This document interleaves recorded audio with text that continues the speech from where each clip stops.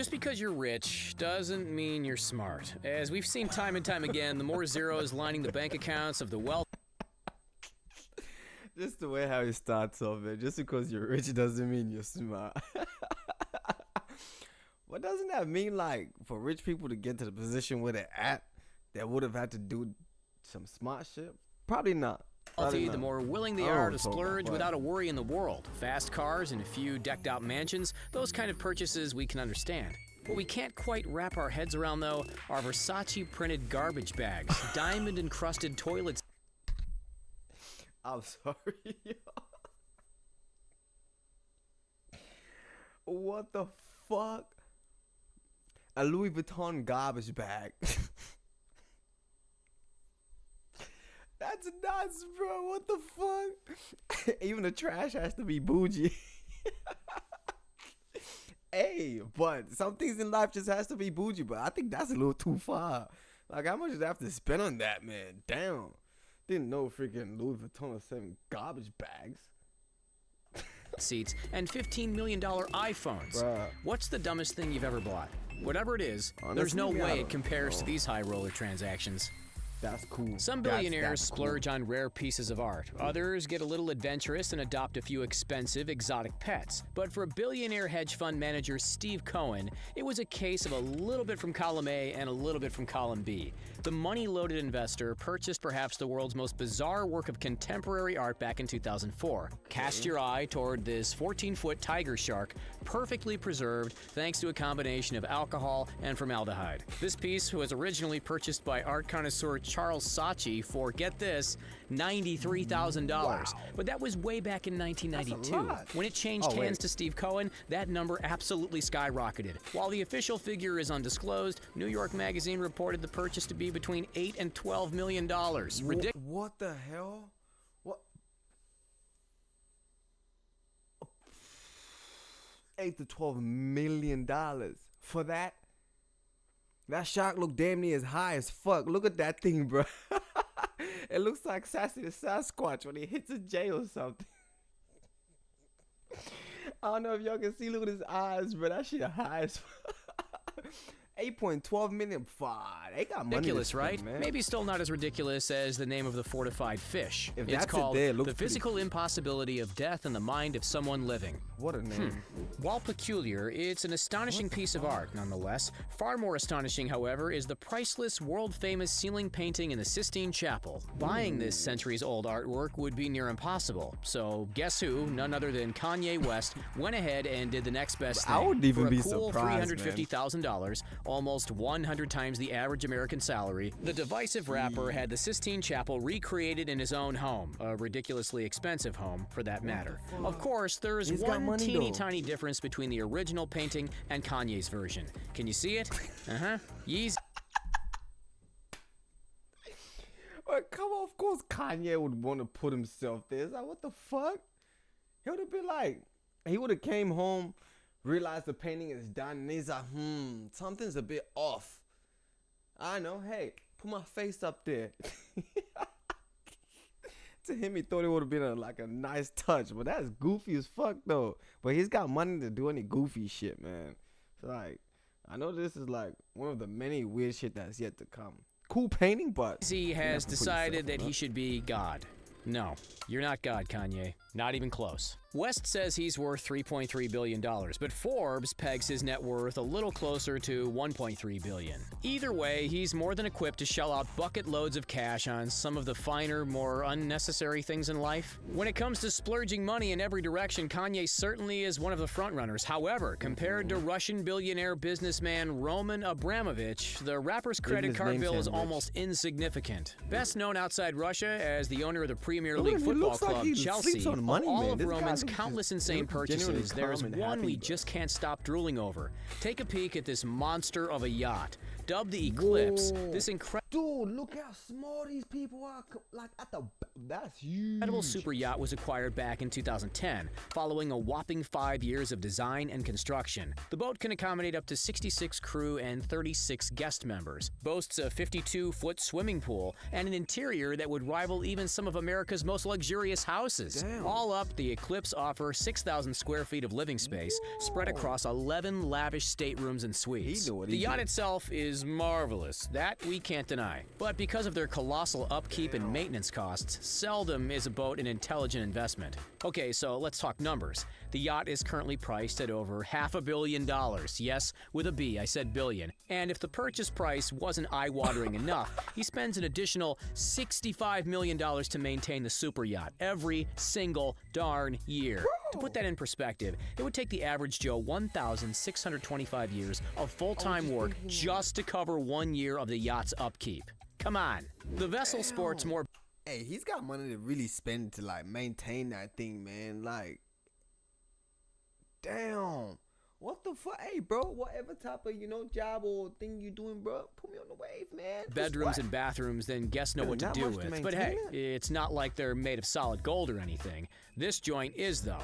Can you imagine what it would be like to live in a $12 million loft? How about one with a completely golden bathroom? Found over in Manhattan's Tribeca neighborhood at 69 Worcester Street, one undisclosed seller was offloading this truly one-of-a-kind apartment. Look, we've got no issue with a touch of extravagance every now and then, but is a shimmering golden toilet really necessary? It doesn't exactly scream wise investment. The price tag on the entire apartment is enormous, but a sizable slice of that is dedicated, of course, to the bathroom. Even the tub is solid gold. Those kinds of absurd purchases are actually much more common than most expect. Mike Tyson spent just over $2.2 million back in his heyday on his very own 24-karat gold bathtub. And a number of other celebrities have followed suit. Even Ben Affleck has gotten in on the snazzy toilet action. In the early 2000s, back when he and Jennifer Lopez were Hollywood's latest it couple, the all-star actor forked out for one mighty strange and, in hindsight, rather dumb gift. For $105,000, Ben gifted J-Lo, get this, a toilet seat. But not just any toilet seat, one which was adorned with shimmering rubies, sparkling sapphires, expensive pearls, and one brilliant diamond. Apparently, the Gone Girl star even designed the gift himself. Why?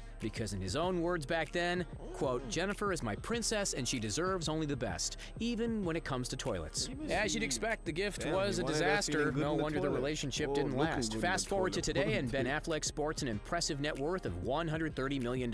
Turns out that when you stop buying ludicrous gifts, you can actually save a few bucks. Who would have thought? Yet the wealth of his former partner is even more impressive. Lopez has an estimated net worth of $400 million thanks to her countless albums, Las Vegas residence. Honestly, I think she could have just, like, bought her own toilet seat with that, bruh.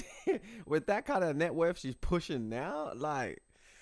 She could have bought her own toilet, man. If she really wanted to, I think so. Movie and TV show appearances. While she hasn't been known to buy bedazzled washrooms, she's been more than happy to part with her cash for fast cars and enormous mansions, including a new $40 million property in Florida. In fact, we've actually got an entire video about the Floridian Palace. Check it out after this video. The link's over in the description. Anyway, back to those thick-skulled purchases. Granted, when we're teenagers, we all do a few silly things now and then, but when Justin Bieber was a teenager, when he was raking in millions before he was even allowed to drive a car, he had much more opportunity to do dumb stuff. Case in point, instead of putting his earnings into savings accounts back in 2011, he decided that he just had to buy himself a new accessory. This Stewie Griffin diamond necklace. Hey, that's the Family Guy-inspired pendant is set with 12-karat diamonds and rubies on 14-karat gold. How much did he waste on this new bling? More money than most kids can even comprehend. $25,000. At the time, you could have bought 80 of the latest iPhones. That is, of course, assuming that the iPhone wasn't bedazzled with every shimmering jewel imaginable. Just as we saw with the over-the-top golden bathroom, so long as you're rich enough, you can cover whatever your heart desires in gold, rubies, and heck, even black diamonds. Belonging to an under-wraps businessman from Hong Kong, this one-of-a-kind iPhone 5 was blinged out 6 ways from Sunday, thanks to the commissioning of iconic UK-based craftsman Stuart Hughes. Clearly not afraid to spend big, the seriously rich businessman spent a heart-stopping $15 million, making this, at the time, the world's most expensive smartphone. Crazy, right? So what does 15 mil get you? Rare white diamonds to line the outer casing in the Apple logo, with 600 white diamonds in total. On top of that, a full gold dressing encased the rear section in solid gold, with yet another 53 flawless diamonds to boot. While that adds up to a hugely expensive price tag, what really inflates the value is the home button. See? It's no home button at all. It's a 26-karat black diamond. Can you imagine if the owner dropped it? You know they did. Sliding over to our next obscure expense, it should come as no surprise to hear that the spender in this case is none other than the wacky and wild Lady Gaga. Whether she's hatching from an egg at the Grammys or sporting a dress made entirely of meat, the singer has never been shy to spend on something unique. While Gaga is no stranger to eccentric behaviors, there's one purchase in particular that really makes no sense at all. Back in 2010, the beloved artist legitimately spent 50,000 smackaroonies on a state-of-the-art electromagnetic field meter to detect nearby spirits. In other words, she hired the Ghostbusters. Why? Because she claimed that a spirit named Ryan was chasing her. So she wanted to inspect every concert venue she was about to perform in before taking center stage. Typically, the Do y'all think like she was actually getting, haunted by something, or is she just losing the plot? Cause like for someone to get some kind of magnetic field thing for like ghosts and shit, come on, that's something serious is going on.